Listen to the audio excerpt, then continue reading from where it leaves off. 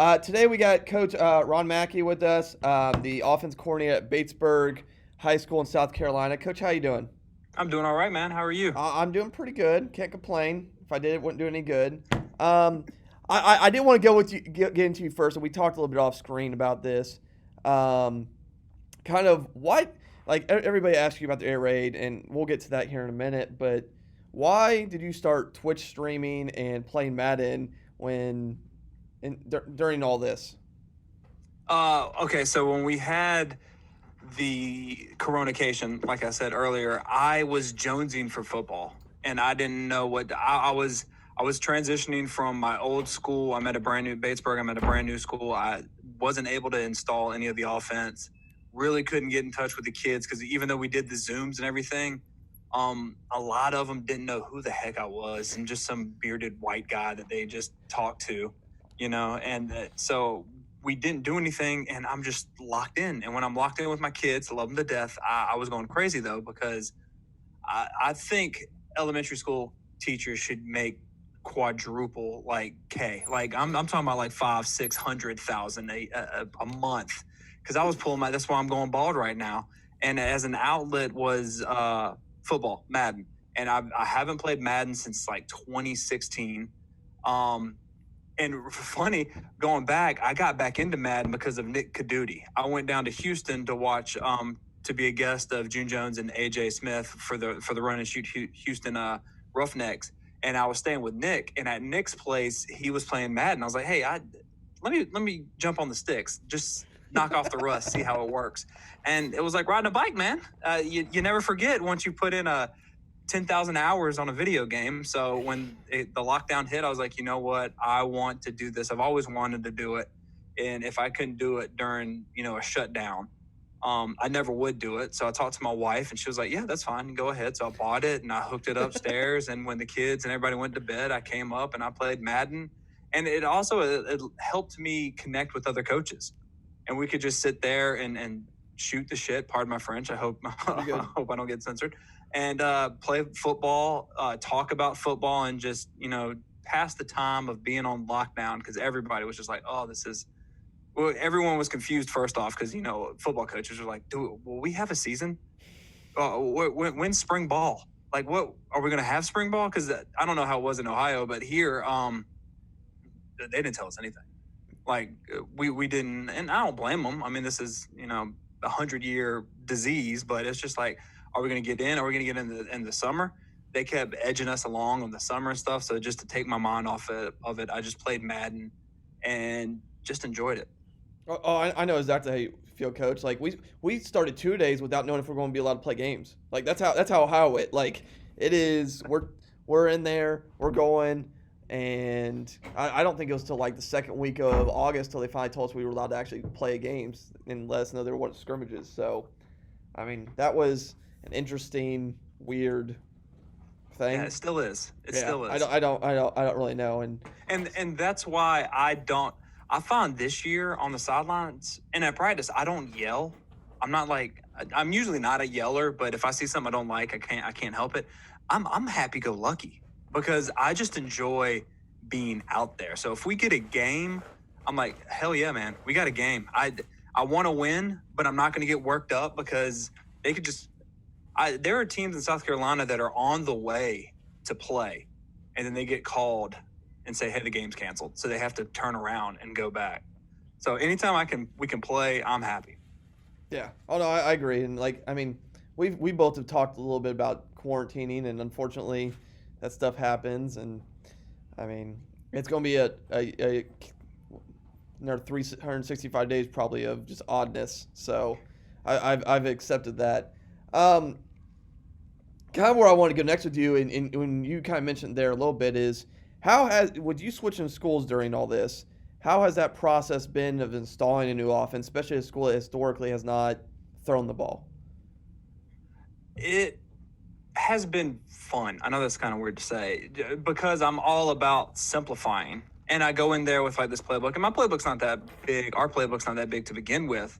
But then when you don't have that much time to install, you don't have the spring, you don't have, 7-on-7, you don't have the fall to keep going over and over again. You have to throw it at the wall, and then real quick, okay, my quarterback doesn't like this play. Let's get rid of it. My wide receivers, they're confused when we run it to both sides of the field. So let's just run it on one side. Our guys really have a difficult time lining up to the formation. So let's just simplify it even further. We'll run certain plays out of certain formations. And if the defense knows it, then that's too bad. Hopefully we have practiced it enough that they can't defend it. And it makes you self-reflect. Like, do I really need 2 different tunnel screens, or is 1-to-1 guy really good enough? Or do I really need, inside zone with 17 tags? Or do I really need to run GT counter against every single front? Or could I dive? And that's something I did when everyone was the Zuma Palooza, when everyone was going to all the things. I was like, okay, that's awesome. I love that. But I don't want to dive into the weeds because then I'm going to be adding everything in. Is there a way we can simplify it and maybe just run certain run schemes against certain fronts, so that when we go to practice, we only have to run it against this one scheme. And if we don't have it, we check out of it. And that's another thing is this year I was like, you know what? I'm going to get weird. This is like a blank slate. You can do anything you want because you always have that in the back pocket. Hey, it was Corona. They didn't get it because it was Corona, or they didn't do this because we didn't have enough time. So this year I was like, I'm going to give my quarterback a lot of freedom. I'm going to let him check out of stuff. If I call something that doesn't look good, I'm going to let him dictate the run game when I want him to, because he can see it better than I can. And so far it's worked out. We broke a 26-year record, 3 of them, our second game, in passing receptions, passing touchdowns, and passing yards. And that was only like our third scrimmage, full padded. I look at these as scrimmages because of this freaking virus or disease or whatever it is. I'm a math teacher. I'm not one of those smart guys. I'm kind of with you there. I'm just a business teacher that looks at graphs. So That's I'm with it. you there. That's it. Yeah. So, I mean, how much, but at the same time, how much has this forced you to, alter is probably a bad word, you talked a little bit about simplification, but how much has the lack of time with your kids, lack of spring ball, forced you to limit your system, or has it you kind of mentioned there, or are you just adapting it? I went in going, okay, I'm going to give these guys, for instance, let's take 6. If you teach it the Mike Leach way, which I've learned secondhand through Drew Piscopo, is you give the outside guys, if we're in 2x2, you give the outside guys a read. If it's a man turn, you keep going. If it's a zone, you settle up. You let the quarterback tag anything you want if you see it, and it's kind of an all-encompassing play. I wanted to do that, but I didn't have the chance to do that. And now I tag a guy to always come back. So if we're going 2x2, if we want to run it to the right, I'm tagging the L to run a 15-yard comeback, because in our offense, we want to have an OS. So if something looks bad, you know exactly where you're going to go. So if anything breaks down, you know where you're going to go. And it's actually been better for us, because now the quarterback, sometimes if you just say, hey, you can tag anybody you want. Hey, guys, you can make any kind of read you want. That's great, but you have to get the reps over and over again. And since we didn't have that ability this is, if I call 6, you're doing outside, inside, check down, OS, and now you can drill it in their head through the routes on air and things like that. He knows where he's going to go. So that also allows you, even though it's simple, when you go different formations, they're still going to wind up in the same spot. So it may look different to the defense and more complex, but to my guy in the back there, he knows where he's going based on what I call. And that it helps a little bit. So I think it's beneficial than a hindrance. And I don't know if I'm going to go back to the old way when everything calms down. It's like, this just works. Now, I mean, you are the well-known YouTube air raid guy. Such an awful title to have. Well, hey, all of us have like our own little weird like titles that do massive YouTube or podcasting. We all have them. I mean, yeah. I'm the guy that just has a collection of just random stuff at this point. So that's whatever. But how much is your stuff still true Hail-Mumi, Mike Leach air raid stuff. I know you dabble with some run and shoot stuff. At least what I see you and Codutti talk about it both. And then the build off that is because you know about everybody based off what I see off pictures and your contact list. Who do you reach out to when you want to learn something or ask questions about stuff? I'm very true to the air raid. I have dabbled. I've actually gotten away from RPOs and stuff like that because you have to get a lot of reps, and I don't have a lot of time with my quarterback. So if I want him to throw that bubble screen, I'm just going to tell him throw the bubble screen. I'm not going to give him the ability to hand the ball off or throw it because usually in high school, they just want to hand the ball off. If you tell them, they're never going to look over there and throw it because that's a lot to progress. Personally, me, I tell you what, man, if I want to learn from somebody, the first thing I do is see, did they put something out there?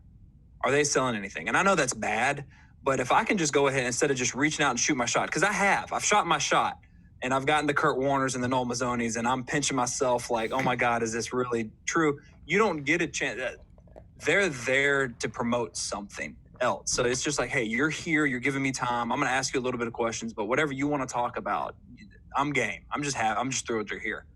So, for instance, when I was just starting out, I know Noel Mazzoni had the end zone, and it was around Christmas, and my wife's like, "What do you want?" I was like, "I want that. I want you to give me that."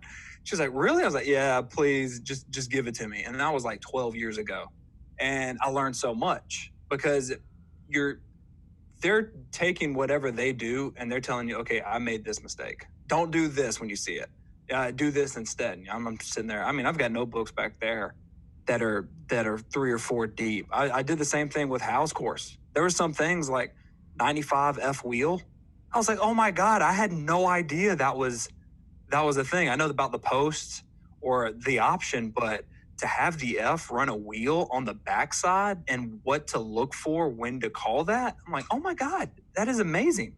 And I equate it to if I want to lose weight, I don't know about you, but I gained the quarantine 30. Like I need a bra. I'm a B cup right now. That's how much I ate. I'm not going to sit there and say, you know what, I can figure out how to lose weight. I'm going to give me a couple of years. I'm going to go to freaking, I don't know, Jenny Craig's or Weight Watchers or something like that knows the pitfalls to help me out. Another thing is just put, like, say for instance, I want to learn something about mesh. I'm going to go on Twitter and I'm going to post the wrong information about mesh. Like, hey, you should read it this way. And the reason why you do that is because every Tom, Dick, and Harry is going to be like, hell no, you're supposed to read it this way. And what happens is then that gets spread, and the guys you really wanted to know it from like a Mike Leach or let's say a Drew or a Patrick or someone like that, they're going to chime in. And then that's when you go, okay, that's what I wanted to know right there. Instead of just reaching out, because you have to like Jedi mind trick people. Yeah.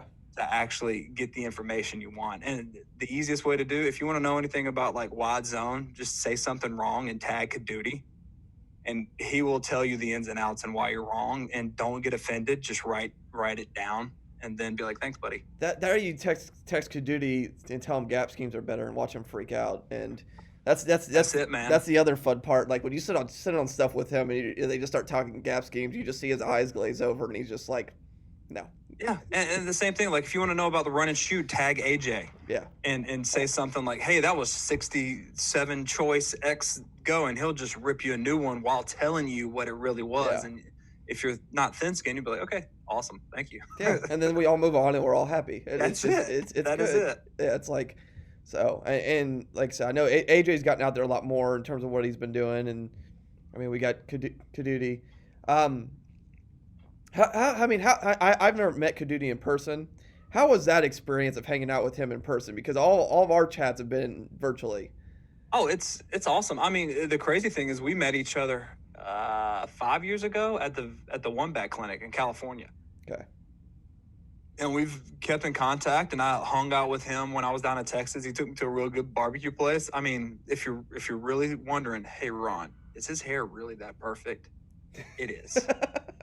It is. It is unbelievable. It's, I got to wear a hat when I'm sitting beside him because his hair is so magnificent. Oh, I know. Trust me. Every single like me and him have had probably like 6 or 7 things we've been on together. Whether it's him clinicking me or somebody else doing something, and every time that you can see the gel, the hairspray, Just perfect, man. it's yeah. It's that's good genetics or good. It's worth destroying the ozone for that hair. Oh, that's funny. Um, yeah, actually, I've always wanted this question, and I don't know if I've ever heard you talk about it. I could have missed it. I could have just be ignorant enough and just forgot it. Why did you start your YouTube channel on all the air raid stuff? What was the motivation? I mean, like we talked that was years ago before COVID and all the all of us motivated to do podcasts and all this other stuff. What kind of motivated you there to go in that direction?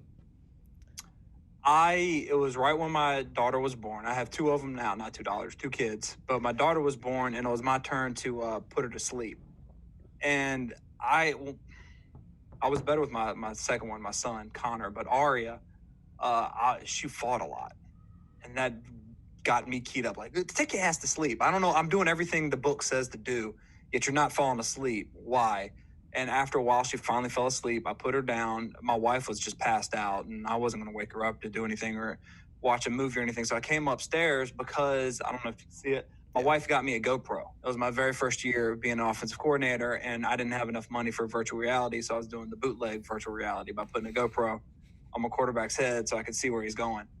I was like, you know what? I'm just going to put that on. We were doing one back power. I'm just going to draw that up and see if anybody else likes it. So I did that, put it up there, and it started getting some views. And when I first started out, I worked for a dick of a head coach. Like, if I see him on fire on the street, I would not poop on him to put it out. I can't stand the man. I will tap dance on his grave when he finally goes under. He was a bully. I hated it. And we played a game one time, and we were down like 28, and we came back to within 7 because we went 5 wide, and we were just doing quick passes. We had an athletic quarterback, and he brought us back in. So the next week, I was like, hey, what if we just did that the whole game? You know, to me, that we scored a lot more points. Why don't we do that? And he looked at me and he goes, you should just be thankful that you're on the staff and you will be a running backs coach. You're never going to do anything. Wait your turn. And that just pissed me off. And I always said, okay, if I'm not the only one. I'm not a unique snowflake. There's other people that work with other dicks as a boss that are just trying to put out ideas and stuff like that. So if I could ever help somebody, I'm going to do that. So anytime I learn something, I'm like, I'm just going to give this out there. And I guess that resonated with a bunch of coaches, and I started to enjoy doing it. It was like I was just enjoying the process. So I was always trying to make better videos or learn something new. And that just kind of snowballed after 5 years to I'm talking to awesome people like you and doing Madden. And I'm just like, if it ends, it ends. I'm just trying to enjoy the ride. As corny and woo-woo as that sounds. Now, going back to that, Madden, obviously you're in season essentially at this point, so obviously you're limited on, I think we're both kind of limited on how much we actually put out during the season. But when the season's over again, do you plan on going back to hell yeah, Madden? 100%. Yes. Okay. I was just curious, like, because I've thought about that this off season. Like, I'm half tempted to just go in that Twitch or at least live streaming Madden just to give me something to do. It's better than, it at least keeps my focus on football. I mean, and I know a lot of people think this is stupid. It also helps with thought process, like calling games and trying to pick up on cues and things like that. Because okay, I try to be as real. I'm not really good at all those clickety clack stuff, you know, the nanos and stuff. Like, I try to play as real can be, and it helps me go through my progressions. And you would be amazed, and I've said this before, I think everybody should do it, because even though I know, like, for instance, I call shallow cross, I know the progression. I know it is shallow, dig, back, but I just lock in on one guy. And I'm just like, F it. I'm going to throw this dig. I don't care how many people are around. I'm just going to throw it, and hopefully it goes through. And then that puts you in the spot of a quarterback, of a 16, 17-year-old kid who does the same thing, but he's taking live bullets. I'm taking virtual bullets. He's taking live bullets, and he does the same thing. So that makes me go, okay, I can kind of understand why they do those things, because I've been in the virtual setting And I've done the same thing. I'll call 6 and there's 8 people on this one wide receiver, and that's my best wide receiver. I'm just like, YOLO. I'm just going to throw it up there and see if he can't do it, which we have kids that do the same thing. Like, hey, this is my favorite wide receiver. He had a phenomenal game last game, so I'm going to force feed him this game and see what happens. And it just makes you become a better coach, I think. And also, like you said, you're just in the game. There's a lot worse habits you can pick up than play Madden. Oh, no, I agree, Coach. So, well, Coach, our offensive staff meeting's about to start, so Hey, no problem, man. I appreciate you coming on. Appreciate you talking. This was fun. Maybe we can get together again in the spring. I wish you guys luck coming back from your stuff. And like I said, it was fun. Yeah, hey, best of luck to y'all. I know y'all are coming back as well. Yeah, I mean, we got a tough opponent next Saturday, and we're going to we can get ready and do what we can for our kids. So win-win for the Gipper. Yes, sir. So thank you again, Coach. I appreciate Yes, it. sir. And anybody that wants to get a hold of Coach, he has stuff on his YouTube channel, and Twitter will be below. Even though I assume 90% of people who watch this will probably already all have all that. So thanks, Coach, and you stay safe. Yes, sir. You too, buddy.